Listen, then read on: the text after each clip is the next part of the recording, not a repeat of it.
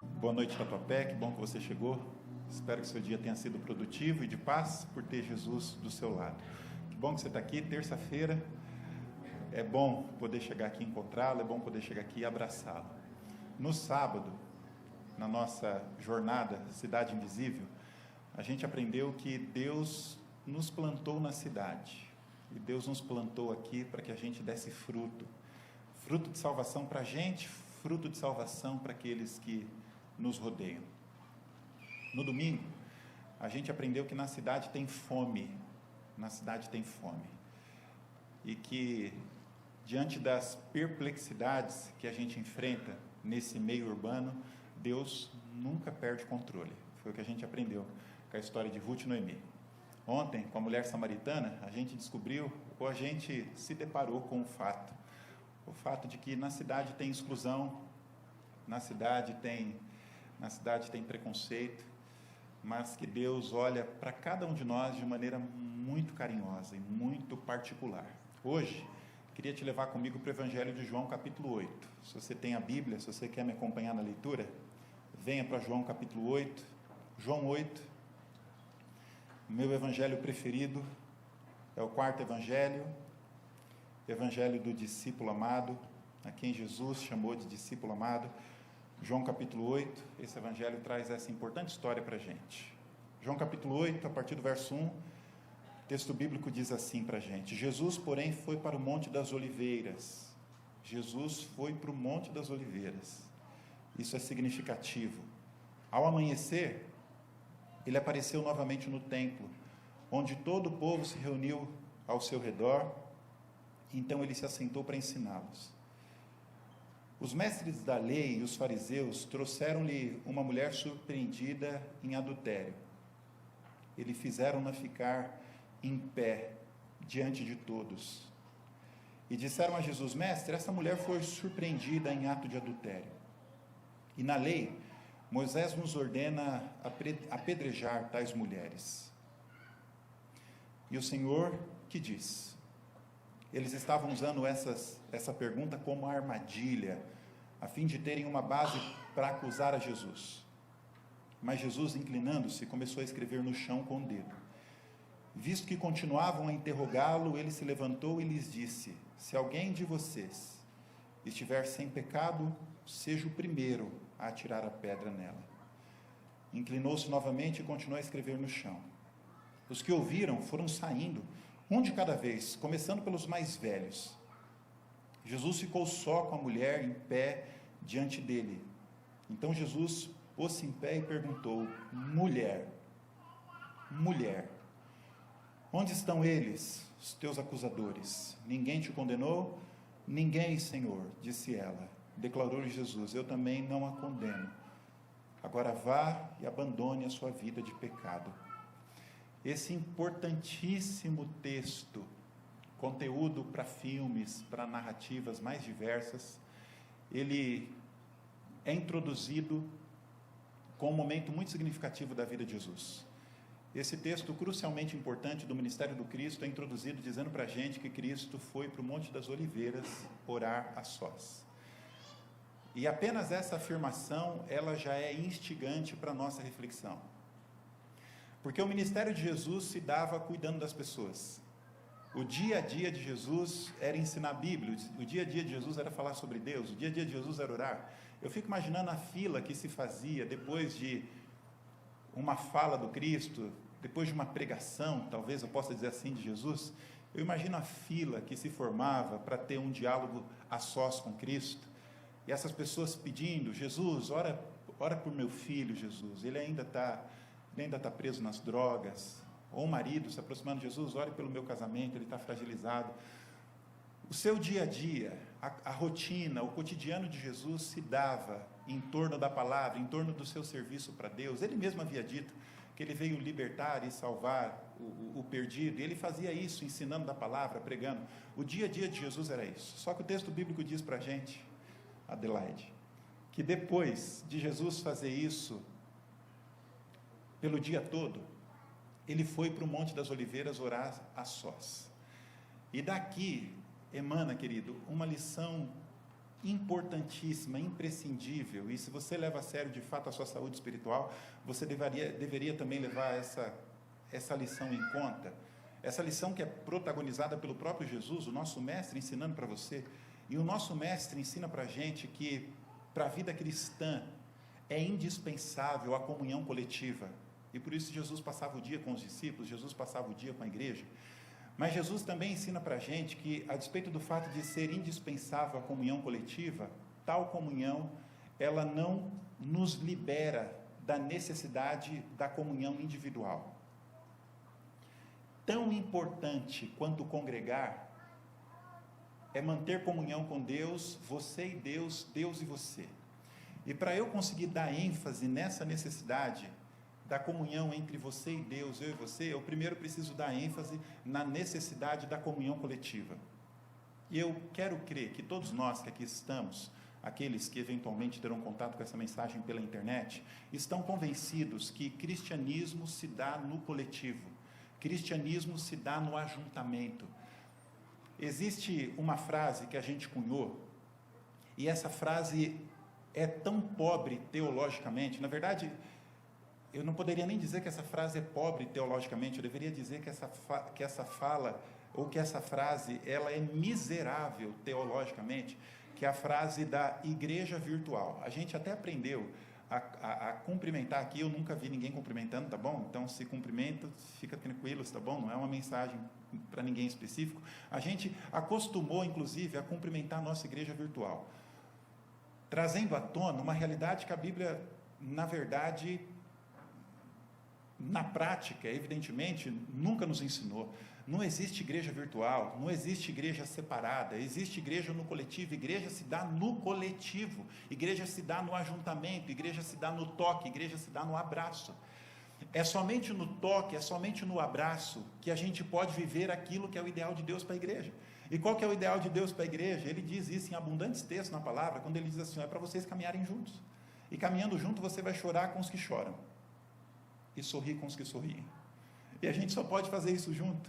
É na carta aos Hebreus que o autor bíblico vai dizer assim, ó, não deixem de congregar, não deixem de congregar. É óbvio que eu admito a relevância, a utilidade, o quão é imprescindível hoje as redes, a internet, a difusão da mensagem pelos mais diversos meios, são métodos sim que Deus usa, mas são métodos que Deus usa para chegar no lar, para chegar no escritório, para chegar nas ruas, para romper as fronteiras, as paredes da igreja, chegando até corações sedentos lá fora, e ao chegar nesses corações sedentos lá fora, trazê-los para perto, para a comunhão coletiva.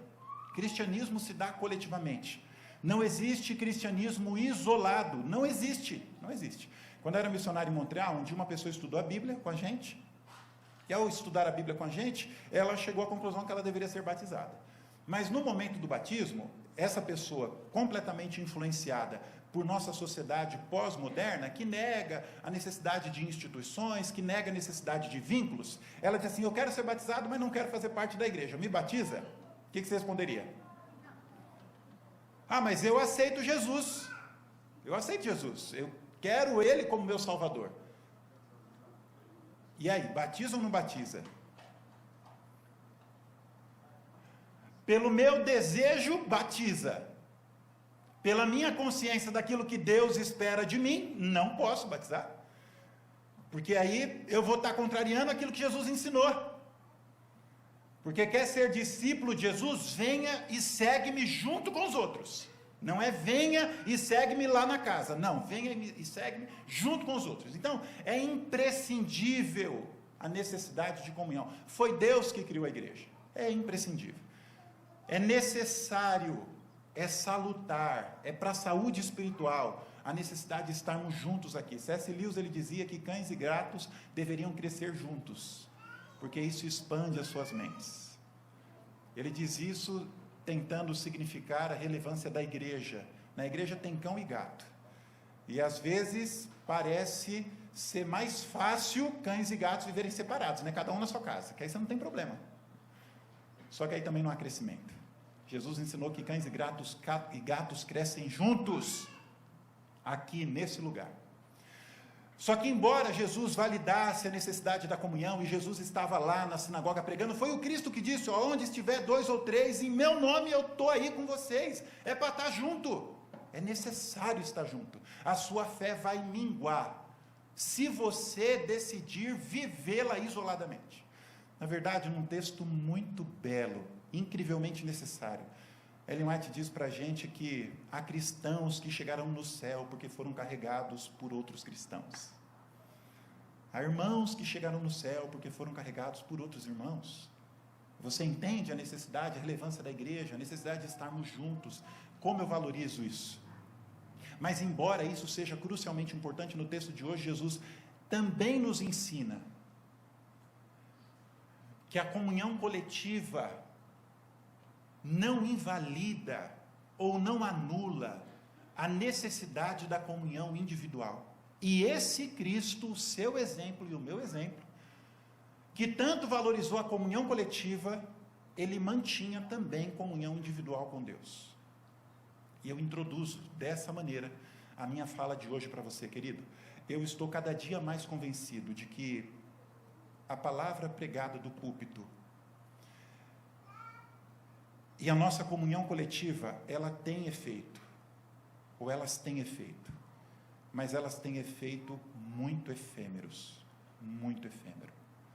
O efeito dura pouco, e se você depender a sua vida espiritual apenas do encontro sabático, ou na melhor das hipóteses, do encontro sabático dominical de quarta-feira, querido, sua fé vai minguar. Jesus ensinou isso para a gente. E Jesus ensinou para a gente que a gente necessita de, sim, comunhão coletiva, mas necessitamos também, Deus e você e Deus, em algum momento. Geralmente a gente atribui as grandes vitórias de Cristo ao fato, ele era Deus também, né? Por isso que ele conseguiu tudo isso. E é claro que eu respeito a divindade de Jesus, mas nunca pense que Jesus foi o que foi porque ele era Deus. Jesus viveu da maneira que viveu por causa da comunhão que ele tinha com o Pai. Foi ele que disse, o que faço não faço por mim, faço por causa da comunhão que mantenho com meu Pai. Queridos, vai chegar o dia em que a gente vai se dar conta do quão imprescindível é a gente passar tempo a sós com Deus em oração, de joelhos, todos os dias, todos os dias. Você se preocupa com a sua saúde espiritual? Se alimente a sós com Deus, todos os dias. Você se preocupa com a saúde da sua família? Tenha tempo para comunhão diária com a sua família. Ou tenha tempo para orar diariamente a Deus por sua família. Você se preocupa com a educação dos seus filhos? Você, pai, que tem filho pequeno, se preocupa com quem o seu filho ou sua filha vai se casar? Se você se preocupa com isso, tenha tempo de oração diária sós com Deus. Tenha tempo, diariamente. A oração diária é que nem tomar banho. De quanto em quanto tempo? Todos os dias. Se você tomar um bom banho de 2 horas, naquela perspectiva assim, eu vou aproveitar, estou com pouco tempo, eu vou tomar um bom banho hoje, porque ao longo da semana vai ser puxada a rotina, e aí então eu já deixo acumulado aqui, e aí daqui mais 7 dias eu tomo de novo. Querido, para o primeiro dia vai funcionar, para o segundo talvez, no terceiro já vai estar cheirando mal, no quarto não vão querer mais ficar perto de você. A comunhão com Deus diária é que nem tomar banho, todos os dias. Se eu não tiver comunhão com Deus todos os dias, no primeiro dia sem comunhão com Deus, aqueles que são mais íntimos de mim vão perceber. Vão se dar conta, Danilo não é aquele Danilo que eu conheço. No segundo dia, vão se dar conta mais ainda. Vão começar a perceber, as respostas dele o temperamento dele não está bem ajustado. No terceiro, no quarto dia, a minha esposa não vai querer me ter por perto. Na verdade, por misericórdia, ela vai me querer ter por perto, mas aí ela vai interceder por mim, orando a Deus, dizendo assim, Senhor, eu acho que o meu esposo, ele não está tendo comunhão com o Senhor. Isso aí está sendo aflorado. A comunhão precisa ser diária, precisa ser todos os dias. Na vida de Jesus, os grandes desafios enfrentados por Ele foram precedidos por momentos a sós de oração com o Pai. Esse aqui é um momento crucial da vida de Jesus, a vida dele estava em jogo. O texto bíblico diz que depois desse tempo, a sós em oração com o Pai, Jesus volta para a sua rotina diária de ensino, de pregação do Evangelho. E enquanto o momento era solene, enquanto Jesus pregava do Salvador, do Deus que salva, do Deus que aceita, do Deus que transforma, a Bíblia diz que a solenidade é interrompida, porque no meio daquela roda que circundava a pregação de Jesus, uma mulher é lançada ao chão. A turba se apresenta, e a turba se apresenta com um grito de morte. E a fala deles é: Jesus, essa mulher foi pegada em adultério. Essa mulher foi pegada em adultério, e a lei diz que elas precisam ser mortas, que ela precisa ser morta a pedradas. O alvo ali não era a mulher. O alvo ali era Jesus. O próprio texto se encarrega de dizer para a gente que eles fazem isso objetivando ter um motivo com o qual acusarem a Jesus. Só que toda circunstância evidencia isso também. Ninguém adultera sozinho. Ninguém adultera sozinho. Onde é que estava aquele que adulterava junto com a mulher? Por que a mulher é trazida sozinha? Porque o alvo ali não era a mulher, o alvo ali era Jesus. A lei que dizia que aquele ou aquela pega em adultério, deveria ser apedrejado, dizia que quem deveria trazer essa pessoa a julgamento era o seu esposo. Não era o esposo que havia trazido aquela mulher. Na verdade, o texto nem sinaliza que aquela mulher possuísse esposo. Quem traz aquela mulher eram os líderes religiosos inescrupulosos. Tudo construído falcatruamente, porque a intenção deles não era acusar a mulher, a intenção deles era terem do que acusar a Jesus. Afinal de contas, se Jesus, ele diz assim: deixa a mulher em paz, cuida da sua vida, Jesus seria veementemente acusado de estar ignorando a lei de Deus, a lei de Moisés. Agora, se Jesus de fato estabelece a sentença de morte, Jesus então não é aquele Deus tão bondoso, tão compassivo, tão misericordioso, e o ato dele não condiz com aquilo que ele tem ensinado, sem contar do problema que ele arrumaria com o governador romano, o único que era de fato, o que possuía de fato a prerrogativa de dar pena de morte. Era a vida de Jesus que estava em jogo. Jesus entendia que ali, mais uma vez, estavam tentando colocar uma situação para terem do que acusar a Jesus. E diante dessa situação dramática, e aí eu tento aqui mais uma vez, a exemplo daquilo que a gente tem tentado fazer ao longo da semana, não permitir que, pelo fato do texto bíblico ser bastante conhecido por nós, a gente deixar passar por alto o significado profundo. E aí eu tento te transportar para aquele momento, um momento bastante dramático. Pensa só, Jesus estava pregando, a pregação interrompida com gritos de morte. Pensa que loucura! E Jesus era sabedor que era a vida dele que estava em jogo. E diante dessa situação tão dramática, o que Jesus faz? Se prostra e começa a escrever no chão. Existem situações que te tiram do eixo. Você perde o controle, começa a tremer, não sabe a resposta a ser dada, porque são situações dramáticas, situações desafiadoras. Existe alguém que outrora era ateu, e ele decidiu estudar os evangelhos na tentativa de desmascarar o evangelho, desmascarar Jesus. E esse popular no Brasil, na verdade ele é o autor brasileiro mais traduzido fora do Brasil, mais vendido também fora do Brasil.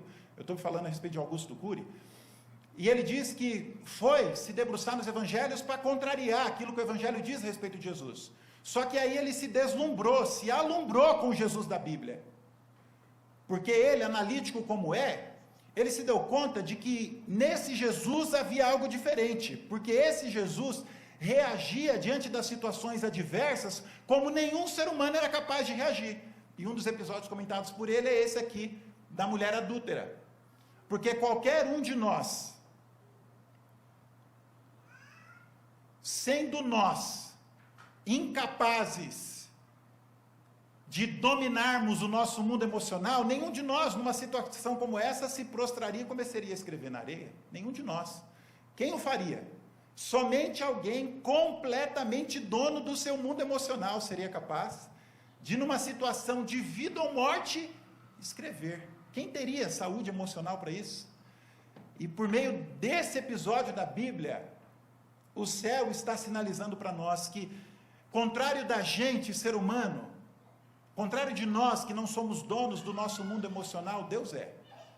E a prova de que nenhum de nós é dono do nosso mundo emocional é que uma simples ligação à noite é suficientemente capaz de desestabilizar qualquer um de nós. Você concorda ou não? Isso aqui sinaliza para a gente também que diante da nossa vulnerabilidade emocional, existe alguém que é dono do seu mundo emocional. Porque foi ele que criou as nossas emoções. E esse que é dono do seu mundo emocional, ele é capaz de curar o nosso. Na verdade, eu gosto da ideia de que Jesus é especialista em curar corações quebrados, mundos emocionais machucados, feridos. Aquele que é o único dono do seu mundo emocional, ele é capaz de curar o seu. E esse Jesus, evidenciando absoluto controle diante da situação, ele continua escrevendo na areia, e diante da insistência daqueles que trazem a mulher para acusá-la, Jesus então se coloca em pé, se posiciona, e com voz amável, mas contundente, aquele que estiver sem pecado, seja o primeiro a tirar a pedra. O relato bíblico diz para a gente que aqueles homens, um a um, começam a jogar a pedra ao chão, porque eles se dão conta que diante do crivo estabelecido por Jesus, todos nós estamos desqualificados. Quando o assunto é atirar pedra, todos nós estamos desqualificados. Quando o assunto é estar sem pecado, para então ter condição de atirar pedra no outro, todos nós estamos desqualificados. A gente vai cunhando frases e a gente se torna tão clichê e frases tão inverdadeiras. E uma dessas frases inverdadeiras que a gente carrega com a gente, ou que nós carregamos conosco nessa vida religiosa, é aquela assim: a gente precisa chamar o pecado pelo nome. Você conhece essa, não? Sim ou não? Eu pergunto, certo ou errado? Certo ou errado? Temos ou não temos que chamar o pecado pelo nome? Quantos acham que sim? Esse é o momento que eu mais gosto. Quantos acham que sim? Levanta a mão. Está na inspiração isso. Você vai discordar? Quantos acham que tem que chamar o pecado pelo nome? Levanta a mão. Quantos acham que não temos que chamar o pecado pelo nome? E quantos estão em dúvida? A maioria, né? Quantos votaram nulo ou em branco essa noite? A maior parte. Temos que chamar o pecado pelo nome.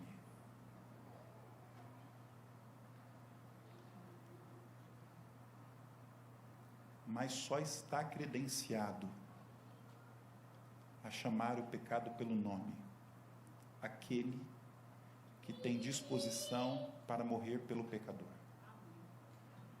O dia em que você ver o pecado de alguém, isso te machucar tanto, porque você ama aquele alguém, porque é alguém que você quer ter no céu com você, porque você sabe que Deus deu a vida por ele, e aquilo te causar dor profunda, por saber que aquele seu irmão, aquela sua irmã está enveredando por um caminho torto, caminho de perdição, isso te machucar tanto, e impelido pelo amor que você tem por esse outro ser, você tiver a disposição de dar a vida por ele, aí você tem credencial para chamar o pecado pelo nome.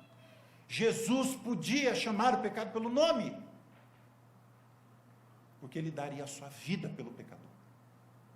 Moisés tinha credencial para chamar o pecado pelo nome, porque em dado momento ele se apresenta de Deus, e não com nenhuma petulância, ou com arrogância, ele se aproxima do céu e diz assim: Senhor, Senhor, o Senhor me ensinou a amar esse povo, o Senhor que me ensinou a amá-lo, foi o Senhor que me chamou para pregar para eles, o Senhor que falou para deixar tudo lá no Egito, e vim e conduzi-los até a terra, e eu entreguei o meu coração a essa missão, Senhor, de tal modo que eu os amo tanto, Senhor, que se eles não forem perdoados, eu preferiria que o Senhor riscasse o meu nome do livro que o Senhor escreveu. Em outras palavras, Moisés estava dizendo: eu daria a minha vida por eles, Senhor, eu daria a minha vida por eles. É verdade que precisamos chamar o pecado pelo nome. Ontem a gente falou um pouco sobre isso, né? Fuja daqueles que não falam para você a respeito do seu pecado. Chama o pecado pelo nome, mas só chama o pecado pelo nome quando você tiver no seu coração a disposição plena de dar a vida por aquele que está vivendo uma vida de pecado. Não chame o pecado pelo nome, pelo seu egoísmo, pela sua mesquinhez, ou por achar que o pecado é monopólio seu. Geralmente a gente não chama o pecado pelo nome porque a gente quer a salvação daquele ou daquela. A gente chama o pecado pelo nome porque a gente se incomoda do pecado que é no outro. pecado que há no outro que também há em nós. E parece que aquilo que há no outro denuncia aquilo que também há na gente. E por isso que eu começo a chamar o pecado pelo nome, não por amor, não por misericórdia, não porque eu quero igreja salva, não é por isso. A gente costuma dizer essa frase assim, ó, Deus ama o pecador, mas odeia o pecado. O Deus odeia o pecado e ama o pecador. É inspirada essa frase também, sabia? Está lá no Desejar de Todas as Nações.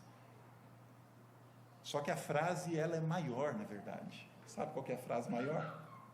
A frase maior é assim, ó.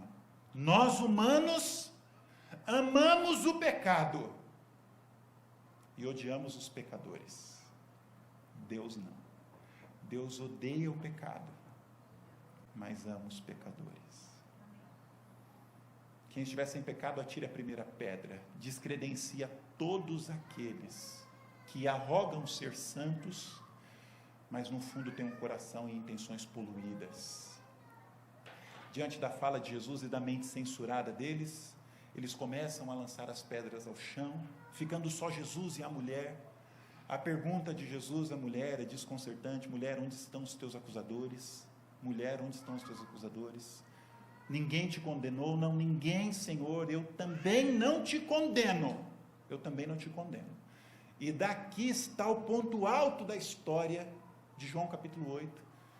Porque Jesus, queridos, ele não é aquele vista grossa. Jesus, ele não é aquele pai leniente, negligente, irresponsável. Jesus, ele não é inocenta, ela era culpada. Jesus a perdoa. Eu também não te condeno. Vai, não peques mais. Jesus não é inocente, Jesus não tapa o sol com a peneira, Jesus não joga para baixo do tapete. Ele sabia que o pecado daquela mulher era problemático, trazia dor, sofrimento para ela, ele sabia disso, e por saber disso, Jesus não faz que não viu, ele não é inocente, ele a perdoa. E por que Jesus a perdoa? Jesus a perdoa porque somente o perdão restaura, somente o perdão restaura. Jesus ensina para a gente, amada, que a maior barreira contra o pecado não é a lei, embora ela tenha sua utilidade, é óbvio, mas a maior barreira contra o pecado não é a lei, a maior barreira contra o pecado é a graça, porque a última coisa que o pecador perdoado vai querer fazer é machucar de novo o coração daquele que lhe perdoou. E por saber que a maior barreira contra o pecado não é a lei, a maior barreira contra o pecado é a graça, Jesus a perdoa. E como aprendemos melhor com história, eu trago uma história para a conclusão disso aqui. Quando eu era pequeno, eu não gostava de escola, nem um pouco. Eu consegui reprovar a primeira série, consegui depois reprovar a segunda série. Eu tinha medo de escola, não sei de onde vinha esse trauma. A escola era um ambiente hostil para mim. Ir para a escola era absolutamente traumático, perturbador. A minha irmã mais velha me levava para a escola, e sempre que eu podia, eu fazia uma manobra para fugir dela ou fugir da escola. Na primeira série, naquele ambiente hostil, extremamente problemático para mim, me causava ânsia, me causava vômito, me causava aquela sensação mais dolorosa que você pode sentir depois da vida adulta, em ter que ir para um lugar onde você não quer estar, sabe essa situação? Ou ter que lidar com uma situação que você não quer lidar. E aí quando chegou no meio do ano daquela primeira série, na época era série, né? A direção da escola chamou os meus pais e disse assim: o Danilo não precisa mais ir para a escola esse ano, porque ele já reprovou por faltas. No ano seguinte, a professora amável, de alguma maneira conseguiu identificar um problema, acarinhou, e com muita dificuldade eu consegui passar a primeira série. Mas agora eu estava atrasada, né? Já estava com 8 anos quando terminei a primeira série. No ano subsequente, segunda série, a professora talvez achou que era manha, a família também não entendia bem a situação e o drama começou de novo. Fazia um show todos os dias na porta da escola, chorava, esperneava, jogava no chão. Todos os dias que voltava para casa, ou meu pai voltava para casa depois do trabalho e perguntava assim: Danilo foi para a escola? Não, não foi para a escola. Surra. Sabe aquela história? Uma surra por dia? Eu levei uma surra por dia. Não é forma de falar. Se naquela época houvesse aquela lei que tem hoje aí, que não pode bater no filho e tal, o meu pai pegaria prisão perpétua, de tanto que o pai batia. E o pai não sabia bater, o pai dava na cara. Eu já cheguei com a orelha inchada na escola, de tanto que apanhava. Situação superada. Mas era uma surra por dia. Eu preferia a surra por dia do que ter que ir para a escola. Metade daquele ano, a direção chamou os pais, Danilo não precisava mais vir para a escola, já reprovou de novo. Ano seguinte, 10 anos de idade, segunda série de novo. Professora bondosa conseguiu entender e a trancos e barrancos passei a segunda série.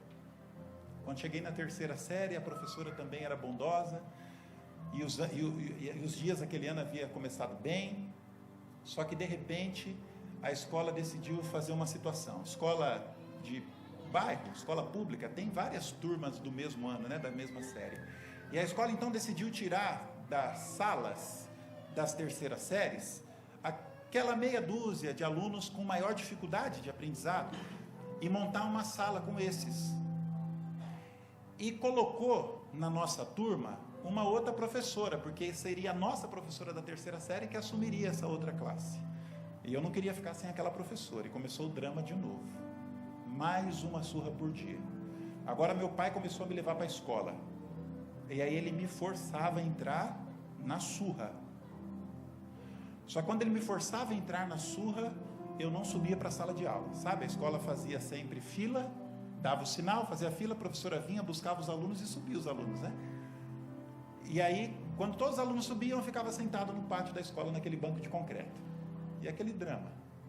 Chegava em casa, cadê o caderno? Cadê a lição? Não tem lição. Vou ligar na escola saber se entrou na aula. Não entrou na aula, surra.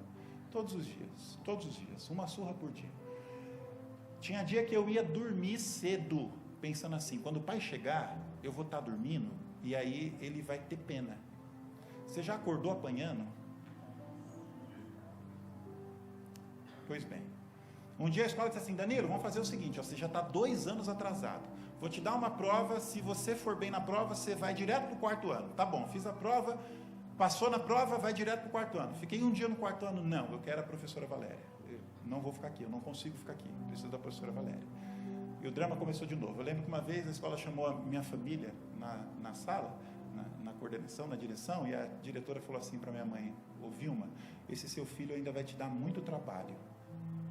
Lembrar disso corta o meu coração, porque minha mãe é uma mulher de dores, e eu também causei muita dor para ela.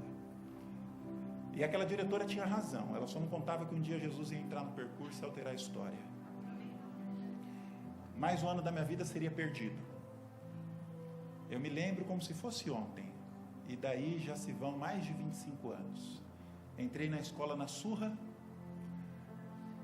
deu o sinal, as filas foram formadas, as professoras vieram, pegaram os alunos, subiram com eles, e eu fiquei sentado no pátio, sozinho. De repente, a professora Norma, depois de ter deixado a turma na sala, desceu. Se ajoelhou, em frente onde eu estava, no banco de concreto, era uma professora de uma outra terceira série. E ela disse assim, Danilo, ela já sabia meu nome. Eu era o aluno que dava show na escola, o chorão.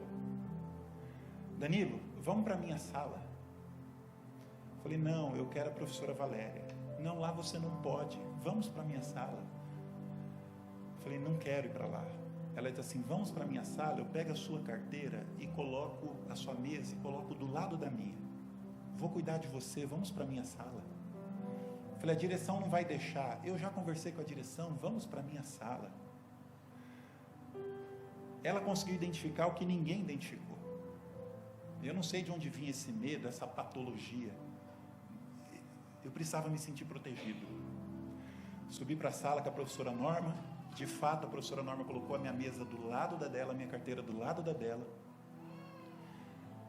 E ela não sabia, mas ela salvaria a minha vida. Ela salvou aquele ano, e dali para frente eu nunca mais dei trabalho para ir para a escola. Surpreendentemente, o garoto que não gostava de escola, depois, quando termina, vai fazer licenciatura em geografia para ser professor. Quem explica isso? A lição que a professora Norma entendeu é que aquilo que uma surra por dia não era capaz de fazer, um gesto de amor o fez. Eu tive contato depois com a professora Norma, ela virou minha amiga, consegui achá-la, me deu até presente de casamento, pode acreditar nisso? Jesus sabia que a maior barreira contra o pecado não é a surra, não é a paulada, a maior barreira contra o pecado é a graça. Ó, querido, se a graça de Jesus, o amor dele por você não for suficiente para te manter assentado nesses bancos, nada mais será. Eu termino com o tempo estourado dizendo para você que Jesus olha para aquela mulher machucada pela vida e Jesus diz assim para ela: mulher, onde é que estão os teus acusadores? Dizem os estudiosos, os historiadores, que um homem só se dirigia a alguém do sexo masculino, a chamando de mulher, quando esse alguém possuía o título de nobreza. Em outras palavras, Jesus está olhando para aquela mulher e está dizendo assim: princesa, onde é que estão os teus acusadores? Você consegue imaginar o que essas palavras de Jesus significaram para aquela mulher usada, machucada, para aquela mulher com um mundo emocional fragmentado, pisado, pisoteado, para aquela mulher que era vista como um pedaço de carne, instrumento da satisfação, de prazer, de devoradores sexuais. Era essa mulher. E essa mulher em dor ouve o sussurrar do céu, do Cristo dizendo para ela: aos meus olhos, você continua sendo princesa. Eu não me importo em quantas camas você já se deitou. Eu não me importo com quantos homens já tocaram o seu corpo. Eu sei as circunstâncias que te trouxeram até aqui. Eu sei, filho. Eu não quero mais isso para a sua vida, por isso que eu estou dizendo, vai e não peques mais, porque eu sei o buraco negro e profundo que há de dor, de remorso, de nojo que às vezes você sente de você mesma. Então não quero mais essa vida para você, filha, vai e não peques mais. Mas não esqueça que aos meus olhos, você é uma princesa. Você é uma princesa. Eu queria que você hoje ouvisse o sussurrar do céu dizendo assim: princesa, príncipe, eu quero interceder agora a Deus, para que o Espírito Santo atue na sua mente, no seu coração, para que você não ouse mais viver uma vida que não seja uma vida digna de um príncipe e de uma princesa aos olhos de Deus. Ora comigo, fecha os olhos.